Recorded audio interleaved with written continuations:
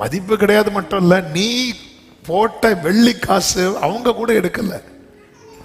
உனக்கு மதிப்பு இல்லை, உன் கையில் இருக்கிறதுக்கு மதிப்பு இல்லை. ரீசன் என்ன? அவன் உலர்ந்து போயிட்டான்.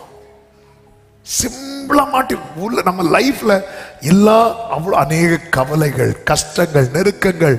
இந்த பாதிப்புக்கு காரணம் என்ன அப்படின்னா, சேர வேண்டியவரை சேராம யாரெல்லாமோ சேர பார்த்து நம்ம என்ன ஆயிட்டோம் அப்படின்னா உலர்ந்து போயிட்டோம்.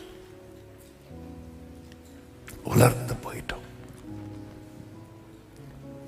ஆமென். அதனாலதான் என் வார்த்தை ஆண்டவரில் நிலைத்திருப்பதற்கு என்ன தேவை அப்படின்னா சுத்திகரிப்பு தேவை. ஒரு சின்ன கரை வந்தாலும் எனக்கு ஆண்டவர் கடையில் ஒரு கேப் வந்துடும். அந்த சுத்திகரிப்புக்கு தான் இயேசு என்ன சொல்லுவார்? நான் சொன்ன உபதேசத்தினால நீங்கள் இப்பொழுது சுத்தமா இருக்கிறீர்கள். அப்ப யாருக்கு இதை சொல்றாருன்னா ரொம்ப க்ளோஸா இருக்கிறாங்க பாருங்க. நெருங்க நெருங்க தான் உபதேசம். சுவிசேஷத்தினால தூரமா இருந்த நம்மளை பக்கத்துல கொண்டு வந்தார். உபதேசத்தினால பக்கத்துல இருக்கிற நம்மை அவரோடு சேர்த்து ஓட்ட வச்சுட்டார். ஆமென். சுவிசேஷத்தினால கவலைப்படாதே, சமாதானத்தோட போ, உன் வேதனை நீங்கி சுகமாறு, உன் பாரத்தை நீங்கி அப்படியே கொண்டு வரார். வருத்தப்பட்டு பார சுமக்கிறவர்களே அப்படி கொண்டு வந்து கொண்டு வந்து கொண்டு வந்து பக்கத்துல கொண்டு வந்து, ஒருவன் உன் ஒரு கன்னத்தில் அடித்தா மறு கன்னத்தை காட்டு. அது யாருக்கு கண்ணா? ஆண்டவரே உன் கண்ணம் தான், நீ காட்டு. கிட்ட அப்படி கொண்டு வந்து கொண்டு வந்து கொண்டு வந்து அப்படி ஒட்ட வச்சுட்டார். அதனாலதான் பேதுருவை பார்த்து கேட்டார்கள், நீயும் அவரோடு அவரோடு இருந்தவர்களில் ஒருவர் அல்லவா? இந்த வேர்டால தான் அவன் மறுதளிச்சான். ஏன்னா அவன் இருக்கிற இடம் ராங்கான இடம். இப்போ அவரோடு இருக்கிறவர்களுக்கு எல்லார் இடத்துல போய் உட்கார முடியாது, அங்கு கரை உண்டாகும்.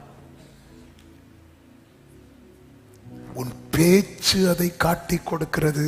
மார்க் சுவிசேஷத்தில் இருக்கும். ஒருவனுடைய பேச்சு காட்டி கொடுக்குது, இவன் ஜீசஸோடு உள்ளவன். உன் வேஷம் அல்ல, உன் பேச்சு. ஆண்டவர் சொல்லுகிறார், நான் உங்களுக்கு சொன்ன உபதேசத்தினாலே நீங்கள் இப்பொழுதே சுத்தமாயிருக்கிறீர்கள். எனவேதான் சொல்லப்பட்டிருக்கிறது, வார்த்தை தங்கும் கூடாரமாகிய இந்த வசனத்தை நான் எப்படி சொல்ல விரும்புகிறேன்? வார்த்தை தங்கும் கூடாரமாக என் வாழ்க்கை இருக்குமானால் அது என்னை கிறிஸ்துவில் நிலைத்திருக்க பண்ணும். வார்த்தை தங்கும். ஆக்சுவலா அதாவது இந்த ரெண்டு கவர் இருக்குல்ல, இதை ஓபன் பண்ணீங்கன்னா இந்த ஃபுல்லா வசனம் இருக்கும். அப்படி நம்ம வாழ்க்கையை திறந்து பார்த்தா இருக்கும்னா அதனாலதான் தாவீது சொல்றாரு, வார்த்தை என்னில் இருக்க நான் என்ன தெரியுமா செஞ்சேன்? வைத்து வைத்து வைத்து வைத்து. சிலர்லாம் வெளியூர் போகும்போது பார்த்தீங்கன்னா ட்ரெஸ் எல்லாம் பெட்டியில வைப்பாங்க. 4 ட்ரெஸ் வைக்க வேண்டிய இடத்துல 40 ட்ரெஸ் உள்ள வைப்பாங்க பாருங்க. உள்ள நிக்காது, வச்சு வச்சு இப்படியே சிப்பு போட்டா இந்த சைடும் ஓபன் ஆயிரும். வச்சு வைத்து வைத்து வைத்தேன். சில நேரம் வெளியே வர்றதுக்கு ட்ரை பண்ணும், விட மாட்டோம். பேக் இப்படி பார்த்து அழும், விட்டுருங்க தயவு செய்து காப்பாத்து, விட்ட மாட்டோம்ல நாங்க. அப்படியே சிப்பு கையோட வந்தாலும் ஒரு பின் எடுத்து குத்தியாவது வைத்து வைத்தேன். சிலர்லாம் ஃபாரின் போவாங்கல்ல, ஃபர்ஸ்ட் டைம் எல்லாம் போகும்போது பெட்டி ஃபுல்லா அங்க போய் திடீர்னு சொல்லுவாங்க ஓபன் பண்ணுங்க. அவங்களுக்கு இடி விழுந்த மாதிரி இருக்கும். ஓபன் பண்ண அப்படி ஒரு கூடாரம் போட்டது போல உள்ள இருக்கிற எல்லாமே வெளியே வரும். சி, நம்ம லைஃப்ல வேர்டை வந்து வைத்து வைத்து வைத்து. அதனாலதான் நீங்கள் என்னிலும் என் வார்த்தை உங்களிலும். நல்ல கவனமா கேளுங்க. இளைய குமாரன் மூத்த குமாரனும். இளைய குமாரன் வரும்போது அன்பை டைரக்டா காட்டினார் ஆண்டவர் தகப்பன். ஆனா செய்ய வேண்டியதை ஊழியர்கள் மூலமாய் செய்கிறார். ஏன் தெரியுமா? இளையகுமாரன் உறவு இருக்கு, ஃபெலோஷிப் இல்லை. அன்பை டைரக்டா காட்டினார். வேலைக்காரர்ல கூப்பிட்டு அவனை கட்டிப்பிடிக்க, அவனை முத்தமிடுங்க சொல்லல, அதெல்லாம் டைரக்டா. ஆனா அவனுக்கு என்ன செய்ய வேண்டியதோ அதை யார் மூலமா பேசுறாரு தெரியுமா? எனக்கு என்ன ஆச்சரியம்னா, பையன் வந்து அப்பா கிட்ட, அப்பா நான் உனக்கு முன்பாக பரத்துக்கு தான் பாவம் செஞ்சேன், தகப்பன் ஊழியக்காரரை நோக்கி. ஆனா மூத்த குமாரன் வரான் பாருங்க, வந்து வெளியே நிக்கிறான். வெளியே நின்னதும் அப்பா கேட்கிறார், என்ன? அவன் பையன் வெளியே நிக்கிறான். தகப்பன் இறங்கி ஓடி போறாரு, டைரக்டா பேசுறாரு. ஏன் தெரியுமா? மகனை, நீ எப்போதும் என் கூட இருக்கிறாய். நிலைத்திருக்கிறவர்களுக்கு ரேமா டைரக்டா வரும், டைரக்டா வரும். நிலைத்திராதவங்களுக்கு நிலைத்திருக்கிறவர்கள் மூலமா வந்துட்டே இருக்கும். நமக்கு தேவன் அப்படி ஒரு சிலருக்கு வந்து சர்ச்சில் வந்தா மட்டும்தான் சோகம், வீட்டில் போனா சோகம். ஏன்னா நம்ம நிலைத்திருக்க மாட்டேங்கிறோம். நீங்க நிலைத்திருந்து பாருங்கள். நீங்க பைபிள் எடுக்கும்போது அவர் டைரக்டா பேசுவார். இளையகுமாரன் அன்பை டைரக்டா காட்டிட்டு இருக்கிறார். ஆனா அடுத்து செய்ய அவர் பேசுறதெல்லாம் ஊழியர்கள் மூலமாய் தான் பேசிட்டே இருக்கிறார்.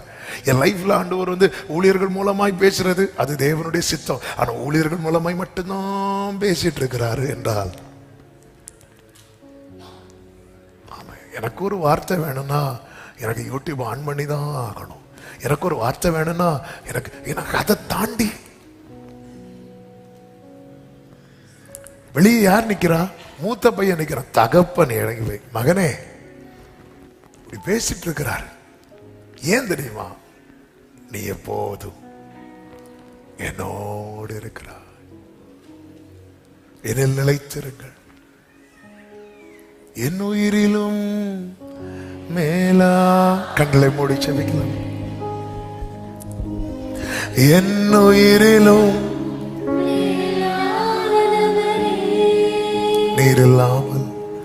நீர் இல்லாமல் நான் இல்லை,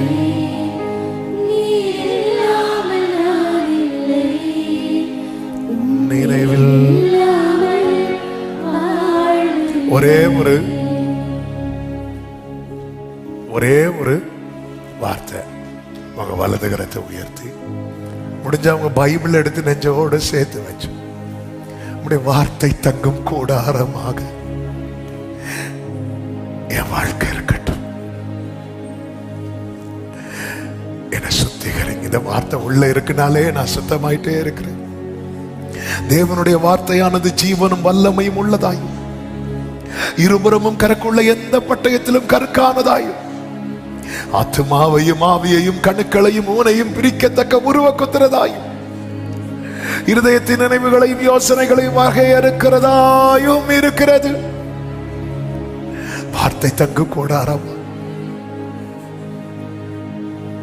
நானும் நிலைத்திருக்கணும்.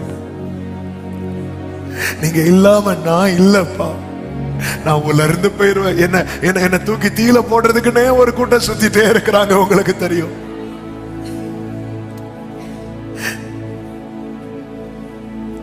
நீங்க இல்லைன்னா நான் உலர்ந்து போயிருவேன்.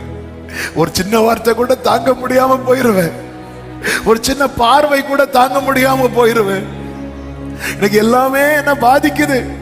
ஆண்டவர் சொல்ற, ஏன் தெரியுமா? நீ உலர்ந்து போயிட்ட. ஏன் உலர்ந்து போன தெரியுமா? நீ என்னில் நிலைக்கவில்லை. நீ என்னுடையவன் தான், நீ என்னுடையவள் தான். ஆனா நீ என்னில் நிலைக்காததுனால தானாய் உனக்கு ஒண்ணுமே செய்ய முடியாதுன்னு உனக்கு தெரியாதா? எகிப்திலிருந்து உன்னால தானாய் வெளியே வர முடியலையே. என்னை எல்லாவா நீ நோக்கி கூப்பிட்டாய். இந்த ராத்திரி வேளையிலே சமீபத்திலும் தூரத்திலும் இருந்து கேட்கிற அன்பு உள்ளமே, அப்பா, உம்மை விட்டு பிரிக்கிற காரியம் எனக்கு தூரமா இருப்பதாக. உம்முடைய வார்த்தை தங்கும் கூடாரமா என் வாழ்க்கை இருக்கட்டும். இந்த கூடாரம் தான் கர்த்தருக்கு மகிமையானது.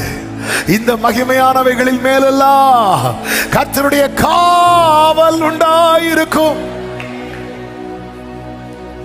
ஆண்டவரை பார்த்து சொல்லுங்க, அனாதையான என்னை அணைத்து சேர்த்த அன்பே, ஆதரவில்லா என்னை அபிஷேகித்த ஆமென். அனாதையான என்னை அணைத்து சேர்த்த அன்பே, ஆதரவில்லா ஷரமல கதர வலரிய தரரா, நீர் இல்லாமல்